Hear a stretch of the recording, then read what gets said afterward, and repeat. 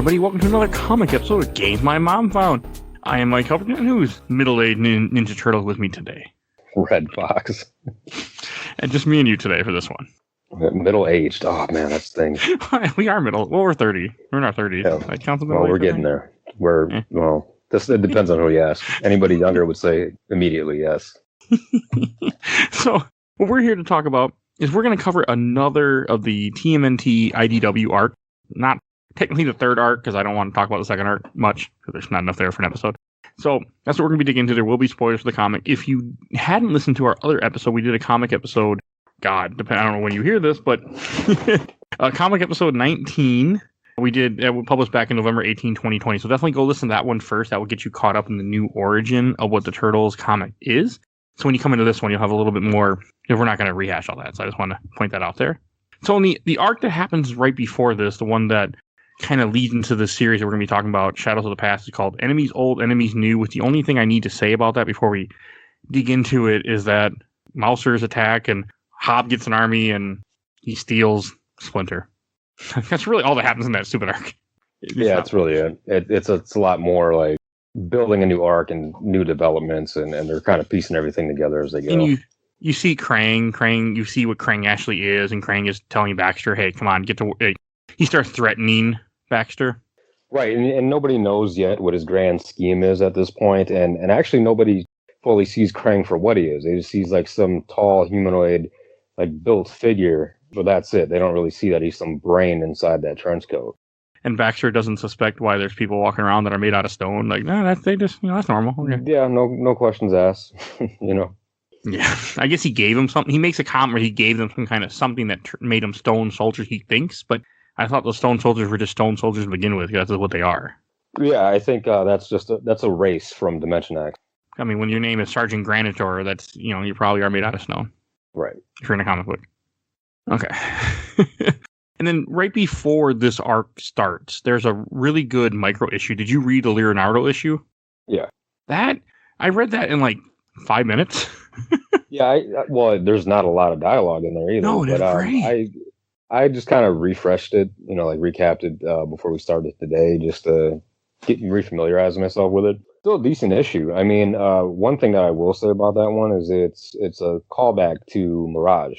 That's an issue that where Leo back in the Mirage days was attacked by the Foot Clan and thrown through the sky window where the Shredder returned back in those days. Very exciting, good issue, and that's where that scene in the first movie was based off of with Raph when he was thrown through the window. It actually initially happened to and they put him in a bathtub.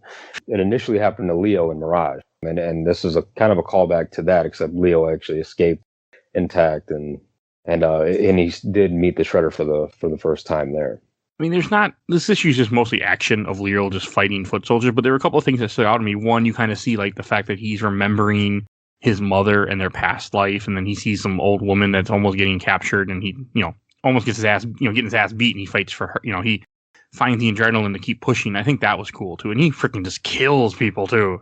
And yeah, he had some rage going on there and a lot of PTSD. From his past that he's just now remembering. So you can imagine how hard that must have been for his character to like take all that in at once and then try to focus on top of it. I love seeing the Turtles actually doing what the Turtles should be doing and killing, not just hitting people with yo-yos or something. It's nice. Right. Like in this, he knocks down a pillar, just crushing all these foot soldiers. Yeah, death definitely happens in this series. And I think in a decent amount too, not to the case where it's overboard, but when it happens, it's meaningful. So my other question is, when he gets to the top of that building, is that Shredder that he meets? It is. Yes, it is. I mean, they actually cover that, and we'll get to that point. But in the final issue of this arc, they actually cover it a little bit. There's like one panel that. Okay, I thought it was, but I wasn't sure because he just looks like a regular foot ninja, but he has arm plates. Yeah, I don't know if that was his version of like some disguise.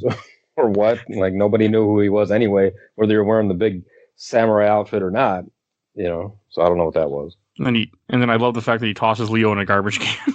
Yeah, almost like another throwback to the first movie with the garbage truck. Yeah. And I know, like, technically this is not considered part of the arc of what we're talking about, but I felt like it goes in close enough that it helps to know it, in my opinion. Yeah, it does. I mean, it gives you some pretext before they get into something like that when they actually reveal he ran into the Shredder initially. Yeah, I mean, and even like the way this arc starts, the first issue, the first cover, issue number 9, has Splinter in a cell, chained up, and somebody with a syringe on the cover. Yeah, It's kind of yeah, dark. It doesn't take long for this Turtles comic to be what the Turtle comics are. They weren't this happy-go-lucky friendly thing. right. And I love that the IDW doesn't go anywhere near the 87 cartoon. Yeah, it thank sticks God, to the because comic. yeah, I do love the 87 cartoon, but still. And I guess the only other thing to mention from the Old Enemies New, which because it connects right to how this issue starts, is April met Casey Jones. Casey Jones brought April to the Turtles because she makes some kind of comment and he realizes that she knew the Turtles or something, I think. I can't is remember that exactly. it's not what they show in this issue, is it? Hold on. No, it's right before this. It shows that she's talking to them and they Oh say yeah, that they're kind of recapping their origin story with her. yeah. The usual. Yeah, she just happened to meet them in a totally different way than Casey did. Yeah, like I want to, because she meets Casey in the Old Enemies New arc where they talk, and he's trying to teach her, or maybe the first arc, I can't remember, but she's involved, or like he takes her to go see the Turtles for some reason, and then she passes out, just like in the movie, Mm-hmm. and then it goes into showing that she's meeting the Turtles for the first time, and they're talking about how they have to get into where Baxter is because they found the remote, and he knows the remote is Baxter because he fought Baxter in one of the other micro series to tie in more issues. Because, comics want you to tie in and buy more issues. Oh, of course. I don't like Hobb. I don't like him. I'm telling you, give him a chance. He's not as one-dimensional. I mean, he is currently, but he's not as one-dimensional as later on as they make him to be right now. Yeah, okay. I mean, I know you said that last time we did this too. Yeah, I mean, when they start ramping up with the whole army that he wants to build, not his monster army, but the army he wants to build, and the rest of his team and how he interacts with his team, and that he actually cares about that team. I mean, you'll see. He legitimately cares about other mutants. Just not these turtles. He's just currently. I mean, and he's just ruthless, man. And it's the way that he was kind of introduced to the world. So all about survival. Yeah, I can see that. And it's in this issue where you see Splinter like in a cell, and you have, because old had to capture him, they're about to, I think not torture him, but rip him apart or something, because they're going to dissect him. I think is the word I want. They're trying to grab a sample of that psychotropic drug or psychotropic drug that Baxter wants to give to Krang, because they want to do something with that when it comes to building his army. And there's your normal scientist Chet again. Oh yeah, Chet. So gotta love that name. There's nothing strange about him that I didn't look up last time like I shouldn't have. Nothing strange at all. Oh yeah, you messed up really bad with that. You said something like, and I was nosy. He's got a stutter too, which I don't know, and maybe they just gave that to him just as a character quirk, but they actually have a reason for his stutter too later on. Okay. It makes sense when I know who he is. And then I want to say that he does something in this, like he calls somebody else that isn't Baxter, that kind of gives you the illusion that he's working for someone else too. Well, yeah, and I don't think it's not this issue, is it? Hold on. I can't remember. I just remember seeing something like that. No, it's not this issue, but he does end up speaking to, I believe, somebody from the Foot Clan. Oh. Because that reveals to you that he's kind of being like some type of double agent in a way. Yeah, because he's definitely not part of the Foot. Yeah, not officially. He's not any official member of the Foot, but he's working at StockGen and against Stockman and Krang for his own reasons, which will be revealed later. Way later? Yeah. Yeah. I mean, he becomes a very central character throughout many of the future arcs. Okay. I look forward to reading those eventually. And I like how you see the Turtles, like they're trying to figure out how to go rescue Splinter, of course. And I love the fact they grab a mouser and he starts messing with a mouser, and that's going to be their ticket to get inside the place. Mm-hmm. I think that's just cool to kind of see them being creative. And then when it jumps back to Baxter, you see Stockman for a little bit talking with General Krang, and you see the Stone Soldiers. And it's very interesting seeing Krang like this, because again, we grew up with a Krang in the big, weird ass looking suit with the Krang sticking out in the belly. Like this is a much more interesting take on the way to do him. Yeah, I think it is too. And I like that it's almost like a big reveal. Some mystique ahead of time before you get to see what he's really like and what his design is overall for this series. Does Baxter think he's just human or something? He doesn't realize what he is. Yeah, I mean Pretty sure. Baxter, he's a smart guy. I'm sure he might not think that he's human, or if he is, that he's some type of cyborg or something along those lines. But yeah, I mean, it's hard to tell with that big trench coat. I mean, you can tell that the face he has is not human. Yeah, he got red eyes. Mhm. But I don't. I would sure that would be kind of metallic because that's more of like a robotic vehicle in a sense. Yeah, but I'm pretty sure Baxter's not aware that he's a little brain. A little brain? No, I don't think so. I don't think it goes that far. Or aware that they're fighting on a different world, a different dimension. They're not fighting on Earth at all. Mhm.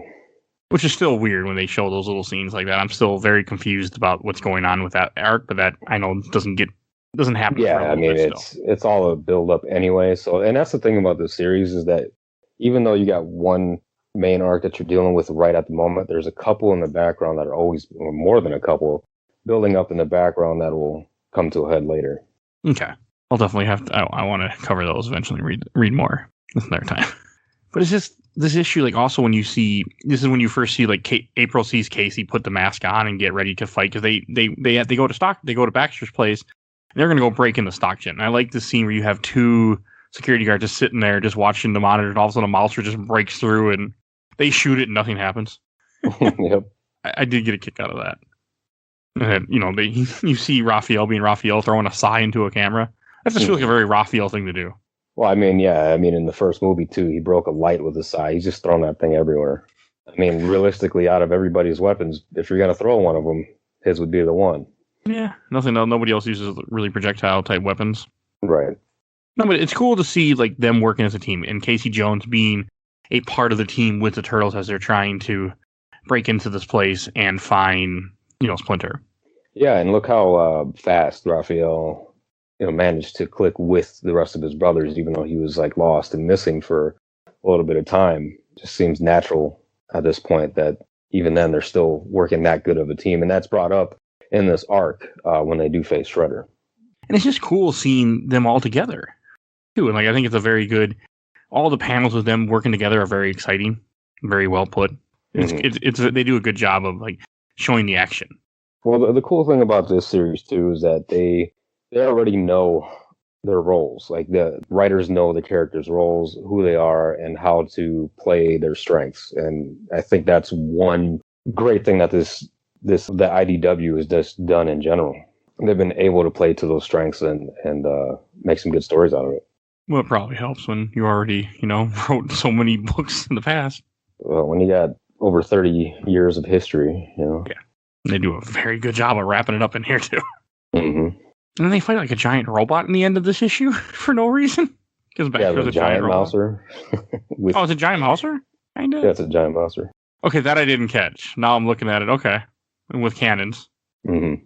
I like how there's a part where Casey loses his cricket bat. It gets shot and blown up.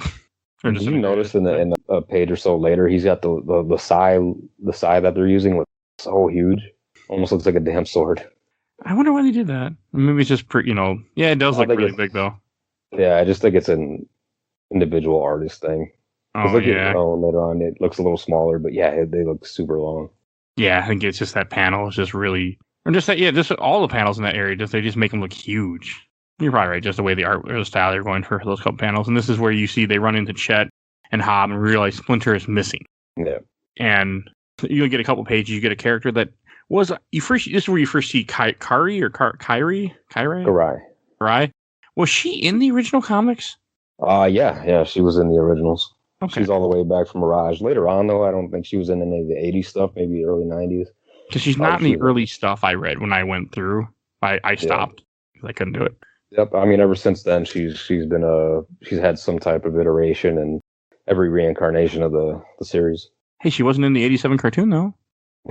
Yeah, I don't think so at all. No, at least not majority of it I watched back when I was a kid. I never saw her before. I don't think she was in there. I think she played more of a prominent role in the 03. Yep. She's in the 03 one. Mm-hmm.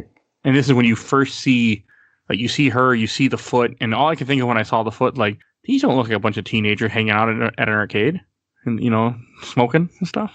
Like the first early 90s music. Yeah. You know what kind of kills me a little bit is that I guess we'll get to that later on too. But Casey, when he does face the foot in any shape or form, he can hold his own when these are supposed to be trained deadly assassins. I feel like he should be a little bit more out of his element. Hey, these guys get beat up a lot. So But they do. And then the last page of this issue is when you see Shredder for the first time. Yep. Cool intro. And I can those white eyes from the 90s movie. Oh, it kind of is from the 90s movie, isn't it? A little bit. Yeah, it's kind of a throwback to that because I don't think they've introduced him in any way like this before. No. So yeah, this was very close to that. And I could just hear that dreading music in the background. Because they have Splinter tied up, and then you have Shredder. It's really cool. It's so Shredder has white eyes. Is that just part of the mask? Well, I mean, when he takes that off, he's got regular eyes. He's got pupils. So it's part of the mask. I just think it's just a design choice. Okay, I like it because it fits with what we're about to talk about. So yeah, they're just trying to make him more menacing. And if you look at Splinter on the page before, he's got like all black eyes. He's a rat, so I can take it. Yeah, it makes sense. Turtles have white eyes, so it's just a thing, I guess. All the foot soldiers have white eyes too, as long as they got the mask on. I mean, turtles too. When the turtles take their masks off, they have pupils. Oh, I guess the bandanas come with white, I guess, huh? Little white contacts that go over the eyes of the bandanas. Yep. Standard issue, man. So, and then the issue 10, that cover of just Shredder, which is what the art is for this episode you're listening to right now. I really like this cover. Yeah. That's a really good cover of just Shredder just standing there. That's it. Just Shredder. Yeah, I would assume they sold a lot of issues when that one came out. It's really eye-catching. I mean, Shredder's always had such a cool-ass design. I mean, even back from Mirage days. So, yeah, I like it. And I think it's pretty quickly that they realize that either Shredder or that Splinter realizes that it's the same Shredder. It's the same Urakusaki from when he was younger. Yeah. They both take some time to recognize one another. I mean, for obvious reasons, Splinter, but it shouldn't be the same. I mean, I also like the whole idea that the reason why he captured Splinter is because he's trying to get more mutants to join him, and they cut Splinter free, and he's like, okay, they give Splinter a sword and want him to go fight some giant foot soldier, and you also see the other from the Raphael miniseries, Alfox or something's her name. Alopex. You see her too, which I think is cool because she was only in that micro series. So if you didn't read that, you wouldn't know who this is. But it's cool to see. Yeah, they had a whole arc just built around her, and she plays I wouldn't say a very prominent role later, but enough to where she has a lot going on with her backstory later on. So to see her now is a nice touch to what you're going to find out later about her. More foreshadowing.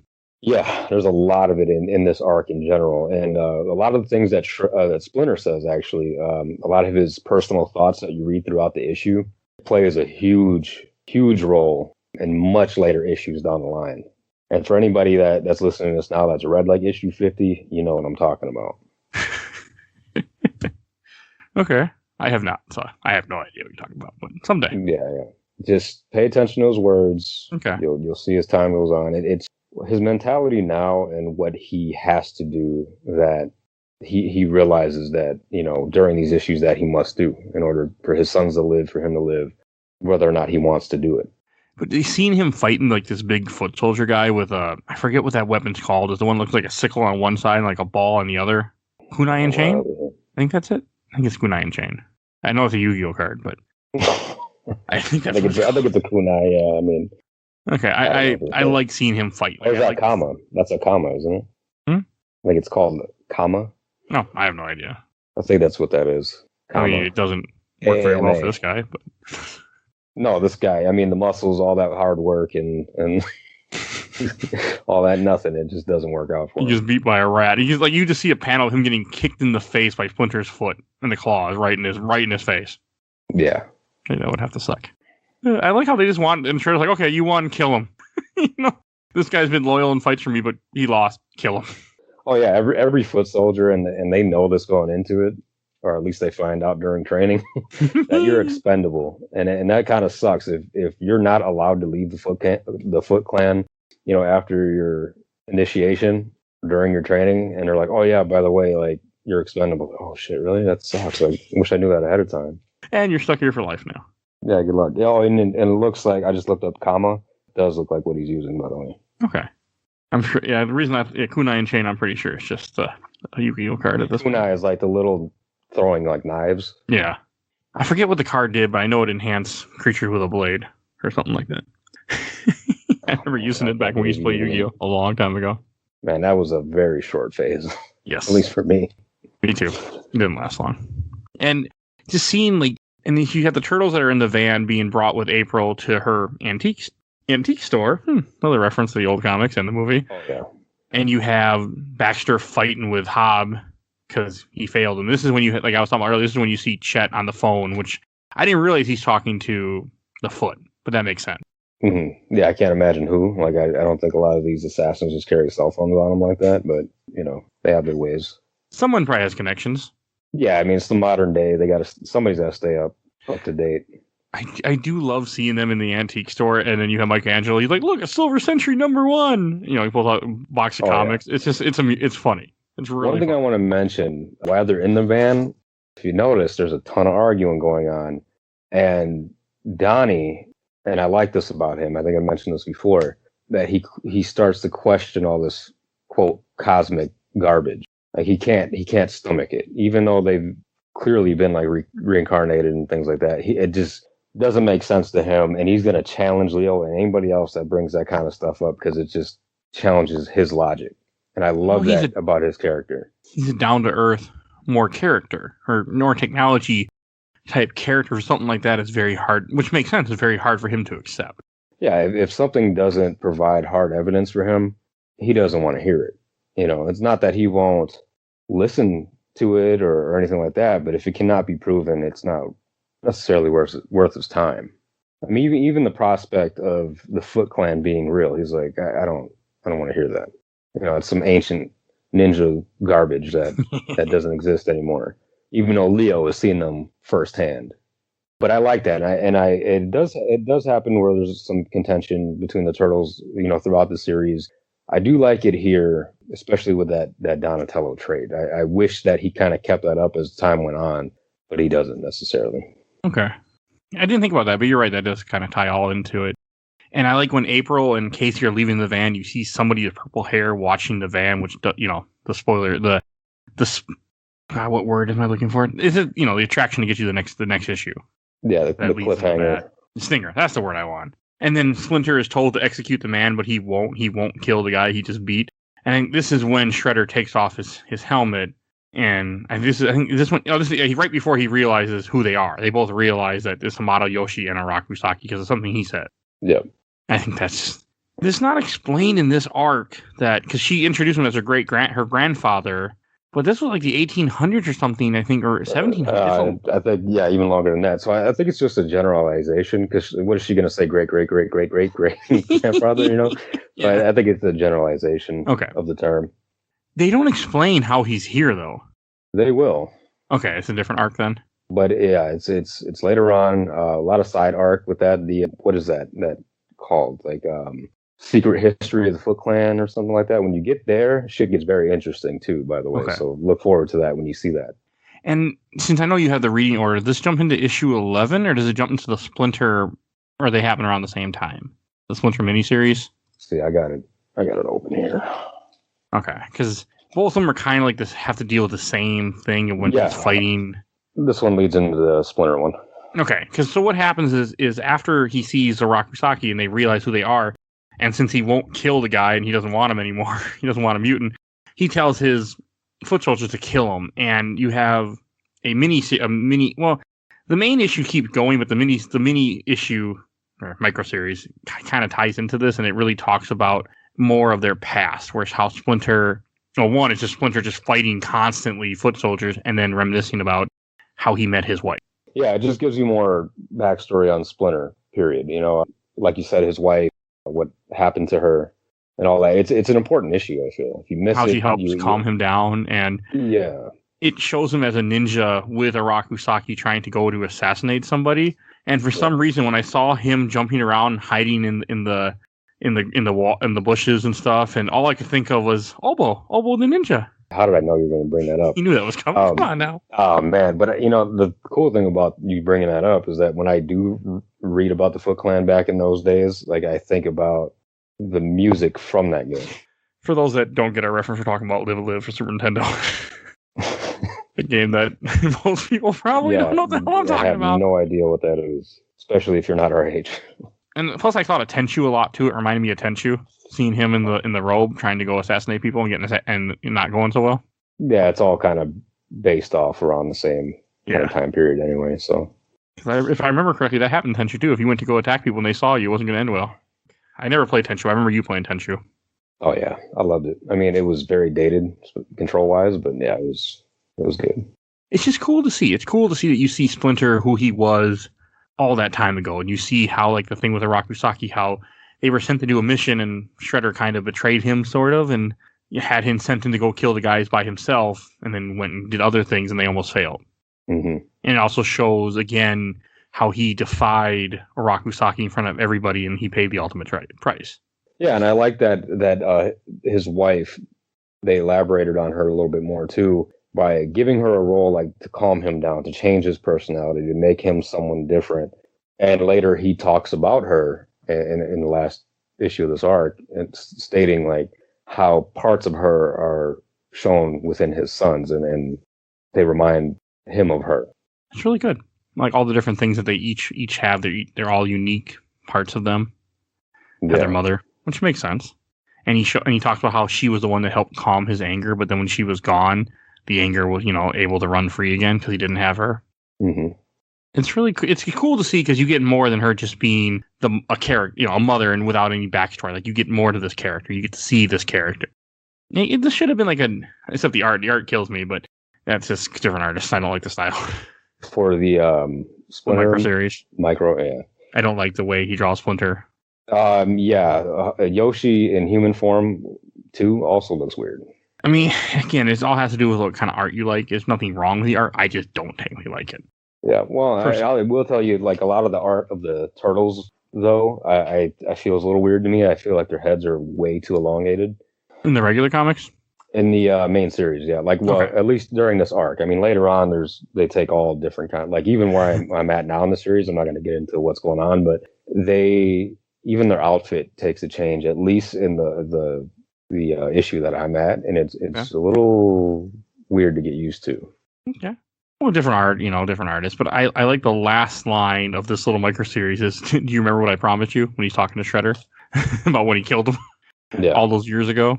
It's pretty badass. And then this jumps you back into the main series where you see him. Well, I mean, it kind of all happens at the same time. It starts out with him fighting the Foot Clan, which you just saw a whole issue of him just fighting tons and tons of Foot Clan. One last thing about the last issue. Yes. I do like that they show him with his sons again, in human form.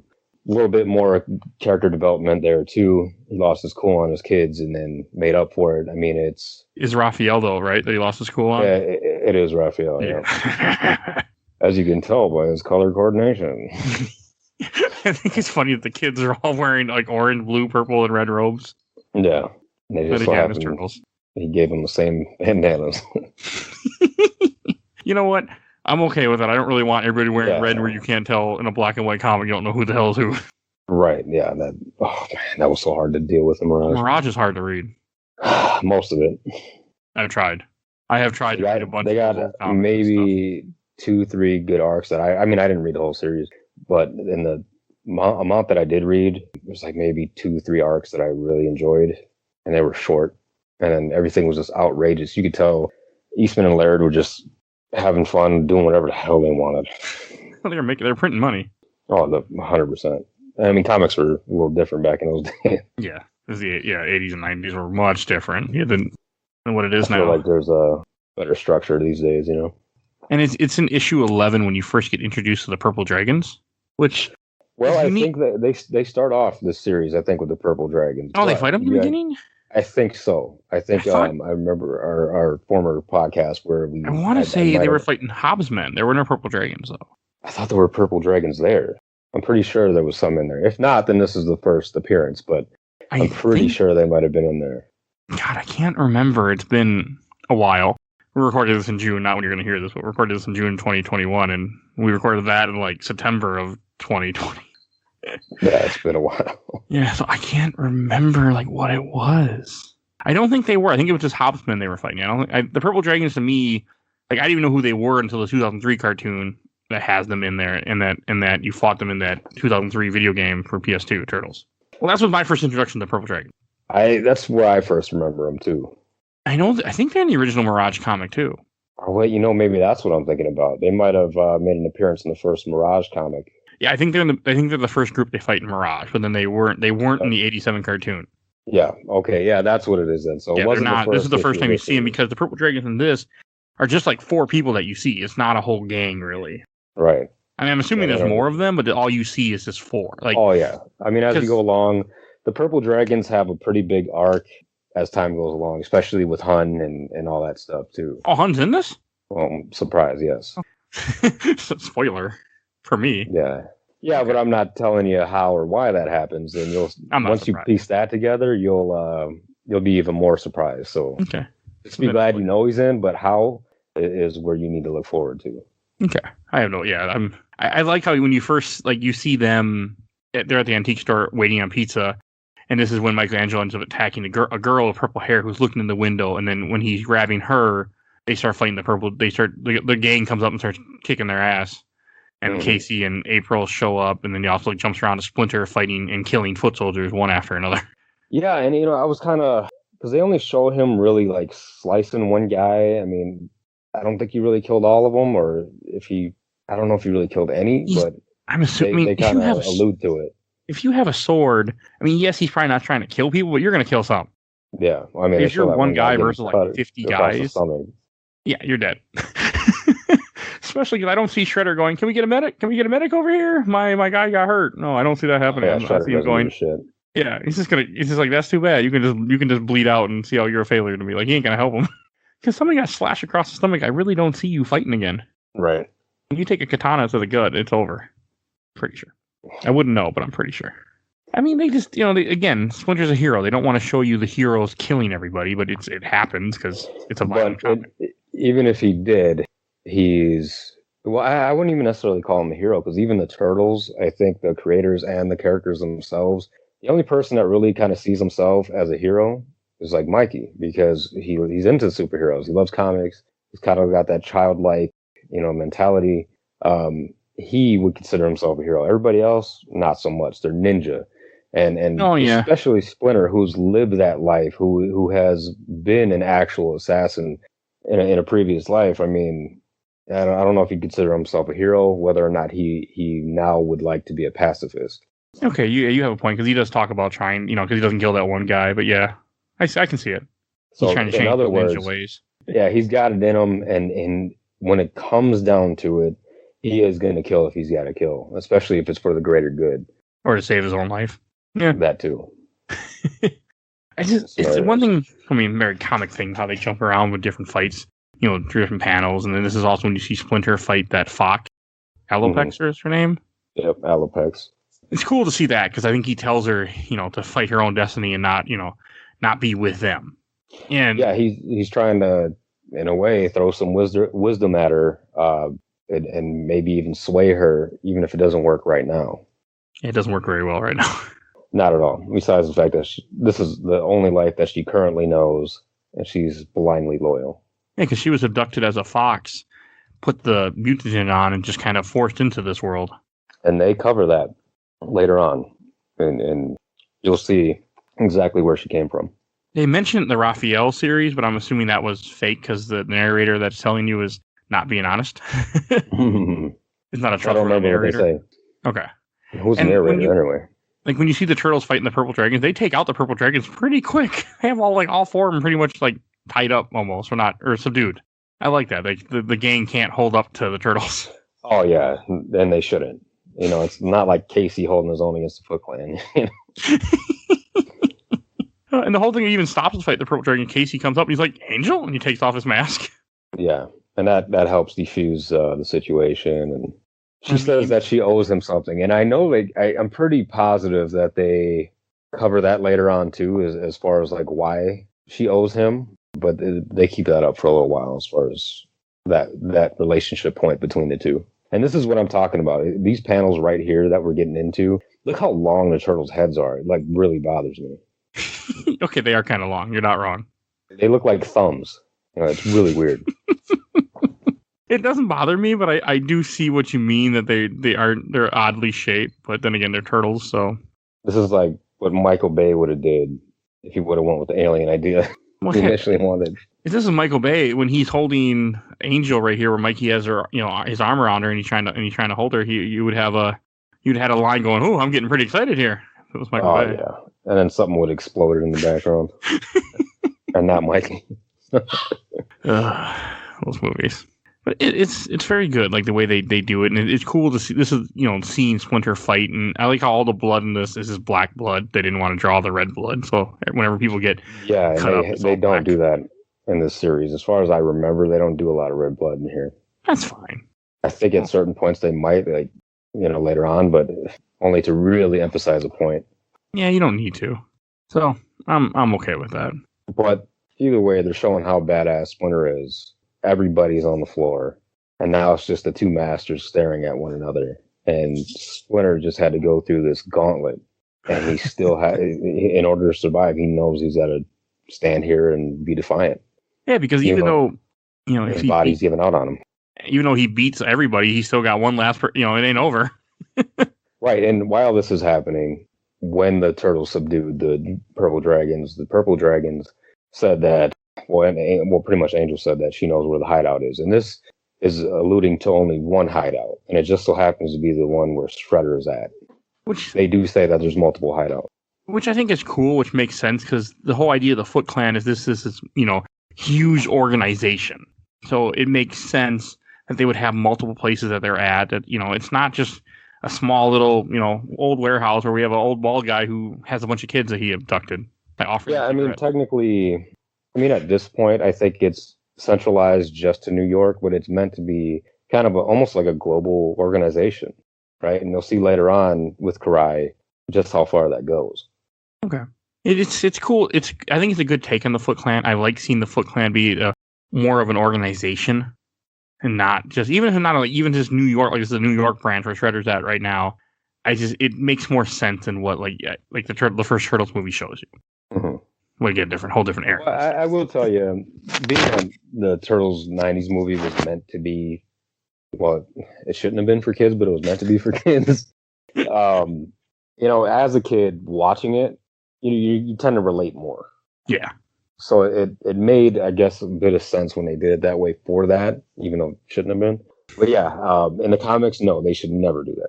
I just like making jokes about it because it amuses me. That's all. Yeah, I think it's hilarious. It's not like the movie's great. I'm not like I'm cutting. But it's just funny seeing like stuff you can tell inspired it, and then the different ways that they go. Because this is again when the creator's making this, you can tell it was his idea and his thing that he wanted to do. Because Eastman is involved in this, right? Yeah, that's the bald guy, right? Eastman. No, that's Laird. I thought he was the one that. Which one kept? Okay, so this is the guy that gave up his rights. Yeah, Laird sold his rights. Okay. I should know this because I watched the freaking video enough times of the toys that made us. Yeah, I knew you were going to say. I brought it. I forget every time we talk about Turtles. I had to watch that. I watched it like 3 times by now. It's really good. And I like how the Purple Dragons take them to where they need to go. Like, I think that's cool. Like, they take them to this warehouse, but they're like, we're not going with you, but we'll take you there. Right. I mean, because the Purple Dragons, really, they want to look out for themselves. And besides their neighborhood, they want to look out for themselves. And they should. That's all they know. That's all they got. And then, but they went a little bit out of their way just as a favor for Casey, who's, in a sense, one of them. Yeah, because he's a kid that grew up in that same area, someone that had to be tough for the streets. Yeah. As I might talk about if we have time at the end of this, because I read that miniseries, or I read that one issue. But at the end of this issue, you have, like you were saying a little bit ago, where Splinter is worn out. He's talking about how his body is tired and wants to give out to fatigue, and he's taken out everybody but Kyrie and Shredder. And this is when Shredder throws off the cape, and the last panel you see is him about to go toe-to-toe with Shredder. And I really like that. When we do get into this new issue here, more so, I like that they put a throwback to the original Mirage cover from the 80s. Oh, okay. Oh, I guess you mean the art style? Not the art style, just the picture of them on that rooftop. That's the iconic cover from the... Oh, okay. 80s. First issue? Yeah. I didn't catch that. I was thinking of like the cover B, because each issue has like 3 different covers. Yeah, it's just the main first cover. Okay. I see what you mean. I didn't catch that. And then I like the other covers too, because Eastman clearly drew one of them, which I like seeing that style just because it reminds me of back then. I don't like his art. I like it just because it's from my childhood, but yeah, it's a nice throwback. And I don't like full issues with his art, but I do like certain stills or one-offs. Yeah, not even covers or whatever. Yeah, pictures on Instagram when he does something, but I'm very much an art snob when it comes to comics. I have to have a certain kind of art, or I won't be okay with it. Yeah, sometimes that can kill it a little bit for me, depending on certain series. And like, I mean, if you see if you see Splinter and Shredder fighting, Shredder pretty much almost kills him too. If they're fighting because he hits him, and this is when he kind of starts talking about his kids and what they did, and how he wants revenge and everything. Like, it's just so cool to see them fighting because there's so much history between the two. And even when the panel even shows the whole scene of when all four of his kids are beheaded right in front of him. Right, and if you try to put yourself in his position, Splinter's position, you think like, well, how would I feel? How much would I push? How far would I go if somebody slaughtered my entire family, including me, and I have the chance to do something about it now? What would you do in that situation? And that's, I think, something everybody should ask themselves when reading throughout this art.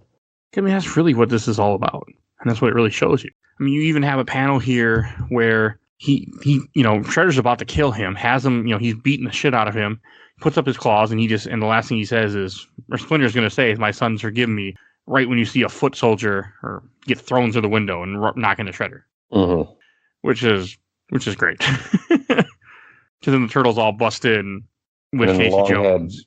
The long-head alien turtles jump right in through the window. They do got really big heads in this. And you being an art snob, I'm surprised that doesn't bother you more. When I'm an art snob, I think it's a certain style I don't like. The turtles, it doesn't bother me. What really bothers me when I read a comic art and the art changes, like when you have a few of the fill-in arcs that don't matter, where they get a different artist in because the other guy's busy getting ready for the next issues. Yeah, I get really turned off. This is always about the same art style, so it bothers me less. Yeah. I don't like art changes. If I'm reading art, I need to stay there. You'll see that more as you go along. I mean, you're still very early in the series right now, but you will see that change. Even sometimes during an arc, it'll change. And it's not bad. It's not a bad thing in most cases, but you will notice it. Sometimes it bothers me. And I like this is the first time you see Leo fighting Kari, whatever her name is. Karai. God, I cannot pronounce her name. And you get to see everybody fighting. You get to see Raphael see Alopex again for the first time since his little micro thing, and it's just. And again, they have the chance to kill Karai, but of course they do the right thing. They just knock her out. They don't kill her because they're turtles. Mm-hmm. Well, what I do like about that part where Leo is fighting her, the thing is, when everybody rushes in, Casey, Leo, Raph, to be more specific, notice who they go for. Well, not Casey, I guess, but Raph and Leo. Leo goes for Karai, and Raph goes for Alopex. There are arcs in the future to where they explore that relationship more. So Leo, and which you see in some of the older stuff with him and Karai, they got a rivalry going on because they're both tune-ins to their masters, or the next in command, the main students. So they show that rivalry between them and always try to master skills. And in this case, Leo is her better and knocks her out. He doesn't have to kill her. He just betters her and knocks her out. And Raph doing his thing with Alopex. I mean, that micro issue was primarily based with him anyway. And then they explore that relationship between him and her as the series goes along. That's interesting. It makes sense though, because they start out with that little bit of history with their first introduction. Yeah, so that's why they kind of put those together in this issue. I do like this next part coming up where Don is over there trying to get up Splinter, and Splinter is completely just down and out. And he's like, "Mike, we're gonna have to carry him." And he's like, "Whatever, let's just do this before this gets any worse." And he's like, "Oh damn!" And it's like Shredder just stomping towards him. Well, you see him cool just pushing foot soldiers out of the way. He didn't give a shit about his people. Yeah, like I can just imagine that in a TV show or like a newer movie where he's just stomping towards them menacingly, and that would be so cool to see. It's Shredder. It's just how he is, and it's just a badass villain, man. You cannot go wrong with Shredder in any case. You get to kind of see something again. It reminds me of the first movie where the turtles kind of attack him one by one at first, and they each can't. Except it's not as dumb as the movie, but the movie does it dumb in my opinion. But the way you see them kind of go at it, like he ends. It's cool. I like the way they did that. I like seeing, and then they start doing like pairs, like Michelangelo and Donatello are both kind of attacking them. Leo, and Raphael, like they're still not attacking as a team, but they're trying to be a team. Yeah, and that should be the way to overcome a guy like that, because one-on-one, Shredder should whip almost anybody's ass. Like, he can hold his own against like Batman, as you would see in the that side series. But the crossovers, you'll see him holding his own. That's a cool ass fight. That happening, whether it's the movie that came out or that comic, you see him fighting Batman. That's just super goddamn cool. We'll be talking about it at some point on the show. Yeah. But if he can hold his own with people like that, I mean, the Turtles should have to work together to take them down. I mean, that's kind of their thing too, right? They're brothers. They're a team. They should work as a team to take down somebody like that. Yeah, that's what makes it so cool. And you also have Angel show up in the Purple Dragons, but she comes alone because the Purple Dragons don't want to get associated with Shredder and the Foot Clan trying to kill him. Yeah, they don't want to be targeted. Before we get into that more, I do want to notice or say, Mike says, "Get father out of here," and Shredder catches on to that. Oh, because he didn't realize that these turtles are actually the kids he killed, a couple hundred years ago. Oh, okay. I didn't catch that. I read it, but it didn't click. Yep. Yeah, because Splinter didn't tell him. He didn't want him to know that his kids were still alive. Yeah, so he says father, and he kicks Mike, and then he's watching Leo fight a foot soldier. It's like, fascinating. That's cool. So subtle too, because I didn't even catch that, and I read this. So that's the thing about this series too, especially these early ones. Like later on, I don't think they do it as much, but these early ones, pay attention to the small details. You're gonna miss a lot otherwise. Okay. And then this is also when you have, like, I think they do finally come together, and they take out and they beat down Shredder for a bit because they work together. And this is also when Leo ends up seeing Shredder, and it shows like a shadowy design of the guy he fought in that little micro series that we first started talking about, and that's when he puts it two and two together. That's where the reveal is that was Shredder in that outfit. Again, this has a weird outfit. Yeah, I didn't get it too much. I guess they didn't want the first appearance of Shredder to be in a little micro series, and they don't want to sell that one as much. Right. That's what it was. And then I love seeing them fight, and they break his helmet, and they beat when they hit him together, they take him down. They actually beat his ass. Yeah. Yeah. They break his helmet with a stick.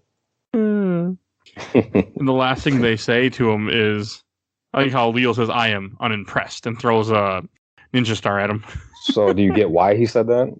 I don't remember why, no.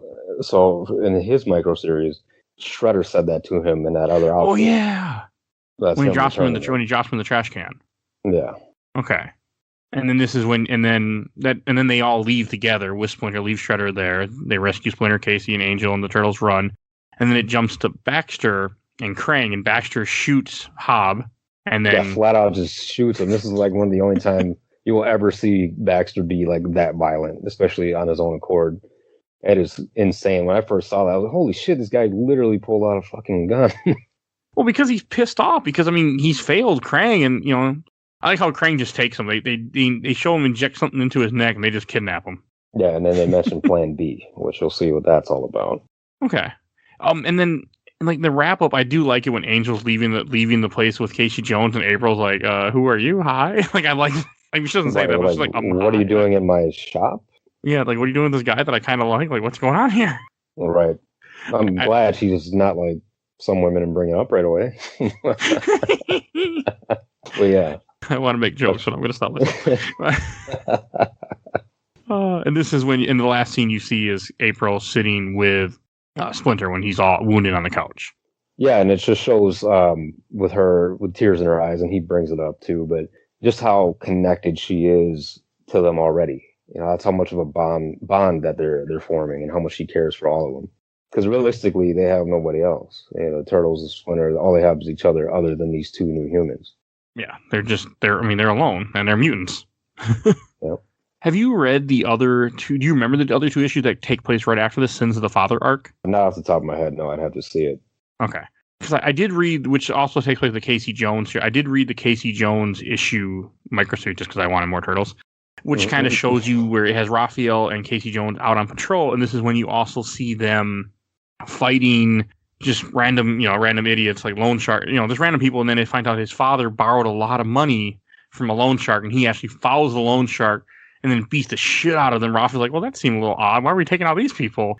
And then because he had a necklace that his mother had given him that his father gave to the loan shark that he ends up taking back. And that's what part of the whole little issue was about, and showing him doing more. And, his personal, what he goes through. And he even says, like, the last thing his mother has said was to let him, his father couldn't handle the pain, so he had to be strong enough to take it for him. And that's why he takes all the beatings that he gets. Yep. Pretty much take care of her father, or his father. Which is a complete asshole. Yeah. There's a lot to do with his dad in the future.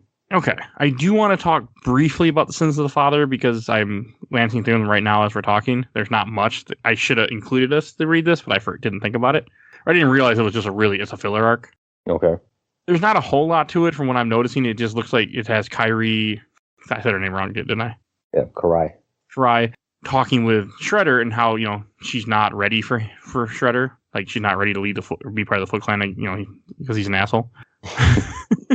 Right.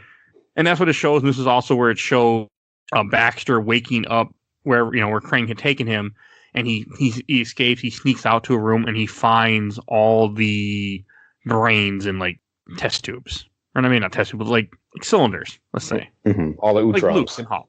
And this is when he finally meets Krang and sees Krang for what he is. And he sees a little Utron. Mm-hmm. And it also shows Raphael confronting Casey Jones' father in some really, really bad art. Yeah, the Turtles period in this issue look like absolute garbage. Oh, it's terrible. Again, it's a fill arc, so that's why you get terrible art. And Casey Jones' father, he's just such an asshole. Oh, he's a complete piece of garbage. You get more, and again, I like how they sprinkle in so much about the past of the Turtles. Like in this issue 14, you see more of Splinter and his kid. As he's confronting, and you get more of. Honestly, that doesn't stop. The more that this series goes on, you see that relationship between Splinter and the kids, and being that it's a father-son relationship, even if they don't agree with him all the time, and where that goes, and how at times he might even have to discipline him. I look forward to reading more and seeing that. And this is when Baxter first sees what Krang is and what Krang's like portal and what's all going on. He talks about. I'm assuming it's not an accurate story of what they're really up to, because they're terrible people. Yeah. Well, what did he say? What did he say the reason was? Let's see. Utrominan was once the most powerful planet in Dimension X, the central sheet of a thriving empire that stretched to all corners of the universe. Yeah, he's not lying. It was. So Utrominan was part of Dimension X, but they were conquerors, and they took over. They were like the Spanish. They took over everything and anyone. Or the Roman Empire? Yeah, kind of like that. They had their reasons. I mean, Krang's people, his planet was dying, and he did need to do something about it and relocate his people or save his world, one or the other. He did have a lot of pressure on his shoulders. His dad, before him, didn't do the greatest job of that. You'll see all this shit as you go along, but in detail. But his dad didn't do the greatest job and ended up not doing what he needed to do. So Krang took the reins, and here he is ultimately, in a way, trying to save his people. He's just not caring too much for any other people. Okay. And this is when you see the neutrinos like bust through the gate and try to kill him. Yeah, the neutrinos, and that's a big arc. You'll see later on. That is a huge arc. Is that the Krang War, or is that later? That's that and more. Okay. I remember them they were in the 87 cartoon. I think they steal a car or something. Well, later on, they still got like a ship, like a spaceship, and you'll see this. It's like a side series, but it's important to read. And it's mostly they travel around in like a hot rod looking spaceship, and it kind of reminds me of the Ragnarok from Final Fantasy VIII for whatever reason. Okay, I do like that ship a lot. Same color at least.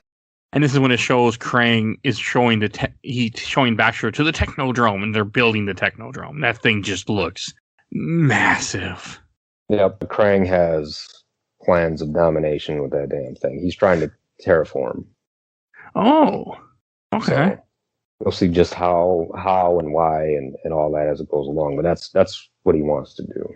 Okay. And then he just has some more stuff with Splinter and the Turtles and Casey Jones, and then just kind of, again, I think without having, just skimming through this from what I can tell, a lot of stuff to do with the father. I would definitely, sit back, read it, just kind of I will be. get into detail. But yeah, it's not a major arc at all. No, that's why I should have included it, but I thought it, because normally the arcs are a lot bigger. But well, if you look at it this way, the main points to take away from this arc are going to be the big Krang reveal, the Utroms and their plight and what the plan is, and just seeing that they're even here on Earth and what's going on. I think that's important to the arc overall because that plays. And you also find out what? You find out that Karai, or her mission, is to kidnap Leonardo because Shredder wants him to be his second in command, which is a very big arc coming up too. So okay, so I mean, there's not a whole lot, but there's a little bit in there. Yeah, and then getting introduced to the neutrinos. So even though it's not a major arc going on right here, it definitely is a start to one because this Krang War, the deal with him and the neutrinos, I mean, that lasts for so long. They visit it, get the big main arc out the way, then they trail off into a few other things, then they revisit it again. And it just does. Yeah, I think it is actually a very important thing to cover as you go along. Okay. Yeah, we'll definitely be doing more Turtle comics. Worth it. Because I need an excuse to read more of this. So, all right, I think that about wraps everything we need to say about the comic. Any last things you want to cover about this arc? I guess only that I love how emotional it is. I appreciate the writing in that sense and how important it is for Shredder or Splinter to do what he's doing and how he internalizes it. I just love the emotion of the whole thing from start to finish. So it's really about it for me. Okay. All right, and we'll go to shelf, stack, or box. And I'll go first. This is going on the shelf. I really enjoyed this. This is a really good arc, and it's a very good introduction to Shredder. I mean, there's some things that I don't really understand what's happening exactly, but it's very well done, I thought. And I really enjoyed it. And I love their take on Shredder that they do here. And it's cool that he's from the past, that he's somebody who didn't die for some reason, which I still don't know why, but, I'll find out eventually. Wait till you do. Eventually. I look forward to finding out. Well, I guess Secret History of the Foot Clan, where I'm going to find that out. Mm-hmm. So it's going on the shelf. I'm really glad we read this, and I just want to read more now. Yeah. Well, it did its job, right? Yeah. So me in. Well, sort of did its job. I didn't go buy an issue, but, I want to read more. How about you, Rich? Yeah, I would. I think you know my answer. I would definitely shelf it. This introduced so many central points to the main story and important points to the story that, I mean, you can't miss it. If you miss the stuff in this arc, you're missing out on an important piece of the entire series as a whole. So no, I would shelf this for sure. Okay. Because it's very entertaining too. Not to mention. All right, and if you enjoyed this, we did other Turtles episodes too. We did a bunch at this point now. Well, not as many as I would like to, but we're doing more, and I'm going to tell you what those are in 1 second. For all this, so as I said, we did the Teenage Mutant Ninja Turtles 2 Secretly Used episode, film 15. We did the Turtles IDW Origin comic, which you definitely should listen to if you haven't listened to it yet, comic 19. We did the first film 7 episode, and we also did the Turtles in Time game on a regular episode, which is episode 44. So not enough turtle stuff. We need more turtle stuff, but we have a few. And that's what you should definitely go check those out if you have more of a turtle fix and you just found our show. Yeah, we need some more. Oh, there's definitely gonna be more. I have more plans. I want to read more of this arc too, or this comic run. So if you enjoyed this episode, go check out all those other episodes. And we do tons of episodes. We do games, we do movies, we do comics. We are going through the MCU still. Definitely go check out all those episodes that are on there. And I want to give a shout out to our awesome intro and outro, courtesy of Bubby, a.k.a. Mike 20 from ZP Bite What Song to Cool Kid Squad. You will see a link in the show notes to his YouTube channel. And I also want to give a shout out to my buddy Bill Tucker, who's on the MCU with me. He launched his podcast a while ago. A Gamer Looks at 40. So definitely go check that out. A lot different than what this show is, but it's a good show if you need another thing to add to your library. And we have a Patreon. You can go find our Patreon down in the show notes and go help us out. For as little as $1, you can sign up and vote in our monthly polls that we're going to have. I don't know when I'm releasing this, so I can't tell you what's happening, but there will be a monthly poll. There is a monthly poll. So definitely go check that out. For $1, you can go vote. Please help us out. Throw us $1. And please follow us on Facebook, Instagram, Twitter, and on YouTube. You will see a link to everything in the show notes, so definitely go check that out. And I think that's all I need to say tonight. So we will see you guys next time. Bye, everybody. Bye.